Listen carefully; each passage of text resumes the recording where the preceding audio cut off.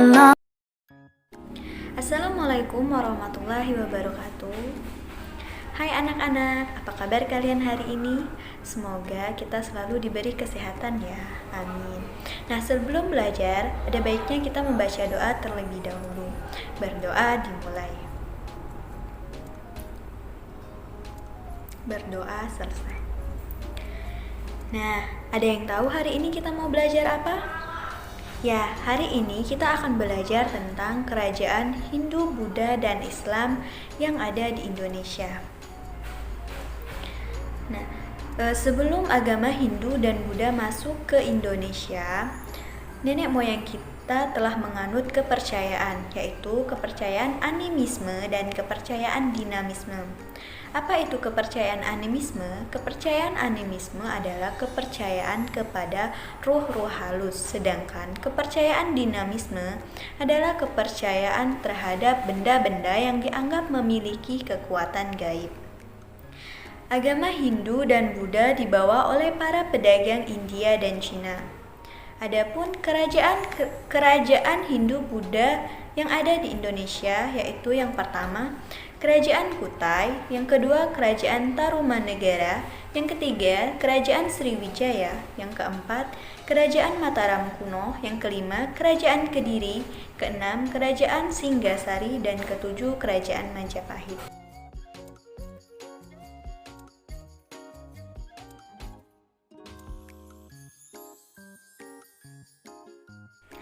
Yang pertama yaitu Kerajaan Kutai. Kerajaan Kutai merupakan kerajaan Hindu tertua yang ada di Indonesia yang didirikan sekitar abad keempat.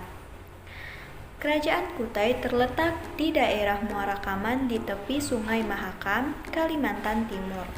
Keberadaan Kutai diketahui berdasarkan sumber sejarah yang ditemukan, yaitu berupa 7 prasasti Yupa yang ditulis dengan huruf Palawa dengan bahasa Sangskreta. Dalam bahasa prasasti Yupa disebut nama Raja Kudungga yang pertama kali menduduki tahta kerajaan Kutai. Dan disebut pula bahwa Raja Kudungga memiliki seorang putra bernama Asmawarman yang menjadi raja kedua kerajaan Kutai. Nah, yang kedua yaitu Kerajaan Tarumanegara. Kerajaan Tarumanegara ini merupakan kerajaan tertua di Pulau Jawa yang diperkirakan berdiri pada abad ke-5 Masehi.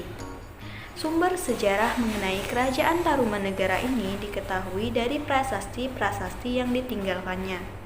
Nah, adapun prasasti itu antara lain Prasasti Kebun Kopi, Prasasti Ciaureteun, Prasasti Pasir Awi, Prasasti Jambu, Prasasti Muara Ciaten, dan Prasasti Tugu.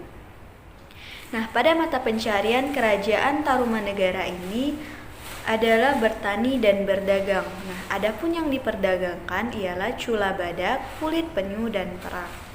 Nah, raja yang terkenal di Kerajaan Tarumanegara ini bernama Raja Purnawarman. Ia dikenal sebagai raja yang gagah berani dan tegas. Ia juga dekat dengan para rakyatnya. Ia raja yang adil, jujur, dan arif dalam memerintah. Yang ketiga yaitu Kerajaan Sriwijaya. Kerajaan Sriwijaya berdiri sekitar abad ke-7 Masehi. Kerajaan Sriwijaya merupakan salah satu kerajaan besar yang pernah berdiri di Indonesia. Kerajaan ini mampu mengembangkan diri sebagai negara maritim dengan menguasai lalu lintas pelayaran dan perdagangan dari Selat Malaka, Selat Sunda, hingga Laut Jawa. Kerajaan Sriwijaya terletak di Palembang, di dekat pantai dan di tepi Sungai Musi. Pada mulanya, masyarakat Sriwijaya hidup dengan bertani. Namun karena berdekatan dengan sungai, maka perdagangan menjadi cepat berkembang.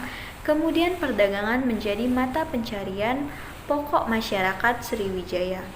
Raja yang terkenal dari Kerajaan Sriwijaya adalah Balaputra Dewa. Ia memerintah sekitar abad ke-9 Masehi. Pada masa pemerintahannya, Sriwijaya mencapai masa kejayaan. Wilayah kekuasaan Sriwijaya berkembang luas. Daerah-daerah kekuasaannya antara lain Sumatera dan pulau-pulau sekitar Jawa hingga bagian barat, sebagian bagian tengah, sebagian Kalimantan, dan semenanjung Melayu. Nah, yang keempat yaitu Kerajaan Mataram kuno. Kerajaan Mataram kuno ini berdiri pada pertengahan abad ke-8. Pada Kerajaan Mataram kuno ini diperintah oleh dua dinasti. Yang pertama, dinasti Sanjaya yang beragama Hindu, dan yang kedua, dinasti Sailendra yang beragama Buddha. Sumber dari Kerajaan Mataram ini diperoleh dari prasasti peninggalannya. Adapun prasasti tersebut seperti Prasasti Janggal, Prasasti Kalasan, Prasasti Linggor, Prasasti Nalanda, Prasasti Klurak, dan Prasasti Matsyashi. Nah, berdasarkan Prasasti Janggal diketahui Mataram kuno ini mula-mula diperintah oleh Raja Sana, kemudian digantikan oleh keponakannya yang bernama Sanjaya. Nah, kehidupan ekonomi pada masyarakat Mataram kuno ini bersumber dari pertanian karena letaknya berada di pedalaman. Selain itu, masyarakat Mataram kuno juga mengembangkan kehidupan maritim dengan memanfaatkan aliran Sungai Begawan Solo. Dalam bidang kebudayaan, Mataram kuno banyak menghasilkan karya berupa candi dan stupa. Keluarga Sanjaya yang beragama Hindu meninggalkan candi-candi seperti Kompleks Candi Dieng, Kompleks Candi Golong Songo, dan Candi Prambanan. Adapun keluarga Sailendra yang beragama Buddha meninggalkan stupa seperti Borobudur, Mendut, dan Pawon. Nah, yang kelima yaitu Kerajaan Kediri. Kerajaan Kediri ini terletak di tepi Sungai Brantas, Jawa Timur. Ibu kota Kerajaan Kediri di Daha. Nah, munculnya Kerajaan Kediri ini bermula dari pembagian kerajaan oleh Erlangga menjadi Janggala dan Panjalu. Kedua kerajaan ini dibatasi oleh Kali Brantas. Adapun tujuan Erlangga membagi kerajaan ini adanya untuk mencegah perpecahan antara kedua putranya, namun mengalami kegagalan. Setelah Erlangga wafat pada tahun 1049 Masehi, terjadilah peperangan antara Janggala dan Panjalu. Peperangan ini berakhir dengan kekalahan Janggala. Kerajaan kembali dipersatukan di bawah kekuasaan Panjalu. Sumber sejarah Kerajaan Kediri antara lain Prasasti Padlegan, Prasasti Panumbangan, Prasasti Hantang atau Ngatang, Prasasti Talandan, dan Prasasti Desa Jepun. Adapun raja-raja yang pernah memerintah di Kediri ini antara lain Jayawarsa, Jayabaya, Sarwawera, Gandara, Kameswara, dan Kertajaya. Nah, kehidupan ekonomi Kerajaan Kediri ini bersumber dari pertanian, pelayaran, dan perdagangan. Hasil utama pertanian masyarakat Kediri ini adalah beras. Kerajaan Singasari. Nah, Kerajaan Singasari ini adalah sebuah kerajaan di Tumapel yang terletak di sebelah Gunung Kawi. Sekarang berada di daerah Singasari, Malang, Jawa Timur, yang didirikan oleh Ken Arok pada tahun 1222 Masehi. Nah, adapun peninggalan-peninggalan di Kerajaan Singasari yaitu ada Candi Singasari, Candi Kidal, Candi Jago, Candi Kangenan, dan Candi Katanglumpang. Selanjutnya, G. Kerajaan Majapahit. Kerajaan Majapahit ini adalah sebuah kerajaan di Jawa Timur yang berdiri dari sekitar tahun 1293 Masehi. Nah, kerajaan Majapahit ini dianggap kerajaan Hindu-Buddha yang terbesar dalam sejarah Indonesia. Kerajaan Majapahit terletak di selatan di Sungai Brantas, Trowulan, Mojokerto, yang didirikan oleh Raden Wijaya. Adapun peninggalan di Kerajaan Majapahit yaitu ada Kitab Negara Kertaagama, Kitab Sutasomo, Kitab Arjuna Wiwata, Candi Tikus, Candi Penataran, dan Candi Surawana. Selanjutnya B. Kerajaan-kerajaan Islam. Yang pertama yaitu ada Kerajaan Samudra Pasai.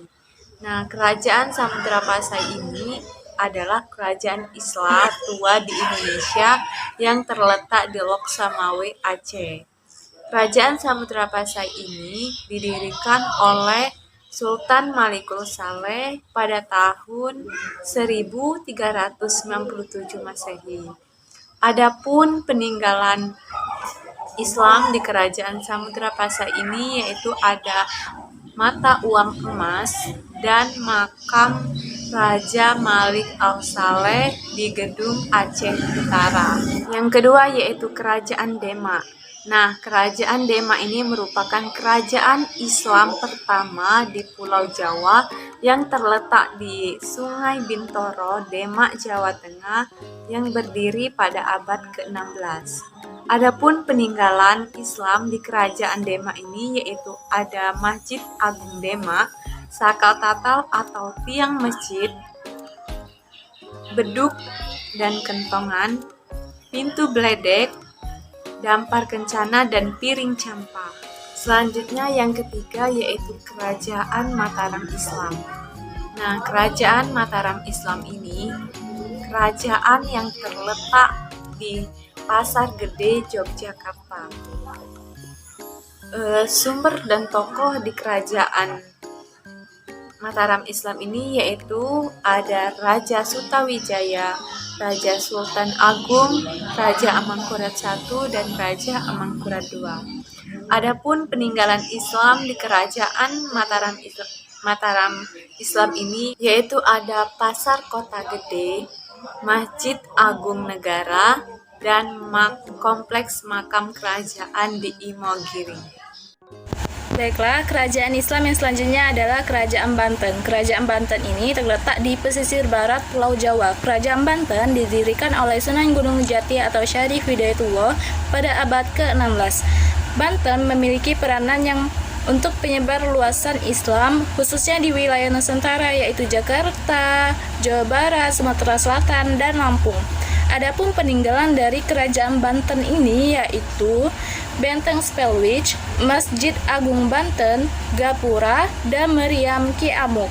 Nah, adapun raja-raja yang pernah menguasai dari Kerajaan Banten ini yaitu Maulana Hasanuddin, Pangeran Yusuf, Syekh Maulana Muhammad, Pangeran Ratu, dan Sultan Ageng Tirtayasa. Nah, pada masa pemerintahan Sultan Ageng Tirtayasa ini, Kerajaan Banten mengalami masa kejayaan atau zaman keemasan.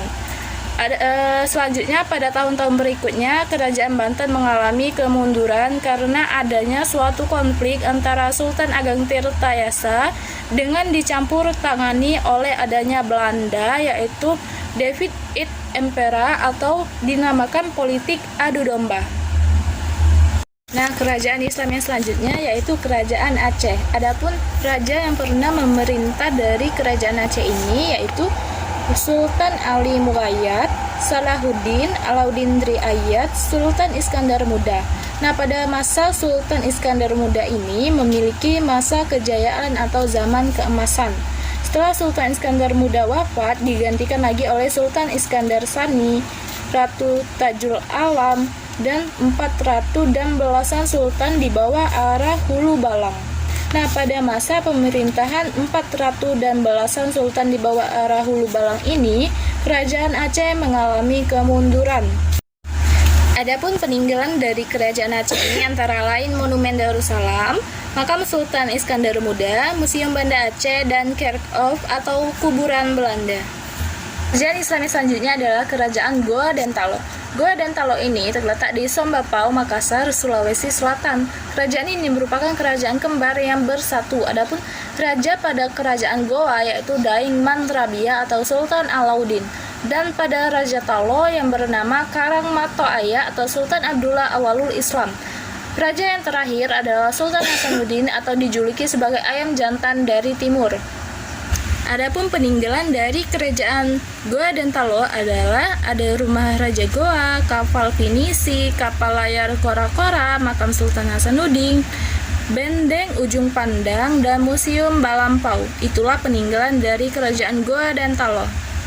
Kerajaan Islam yang selanjutnya adalah Kerajaan Ternate dan Tidore. Kerajaan Ternate dan Tidore ini terletak di Sampalu, Ternate dan Pulau Tidore di Maluku Utara pada abad ke-16. Adapun raja yang pernah memerintah pada Kerajaan Ternate dan Tidore ini adalah Sultan Zainal Abidin, Sultan Hairun, Sultan Ba'abullah, Sultan Mansur, dan Sultan Nuku. Wilayah kekuasaan pada Kerajaan Ternate meliputi Mindanao, Bima, Papua, dan Makassar. Adapun Tidore meliputi Halmahera, Seram, dan Papua. Dan peninggalan dari Kerajaan Ternate dan Tidore ini yaitu benteng dan tahula dan kadatoki atau istana ki.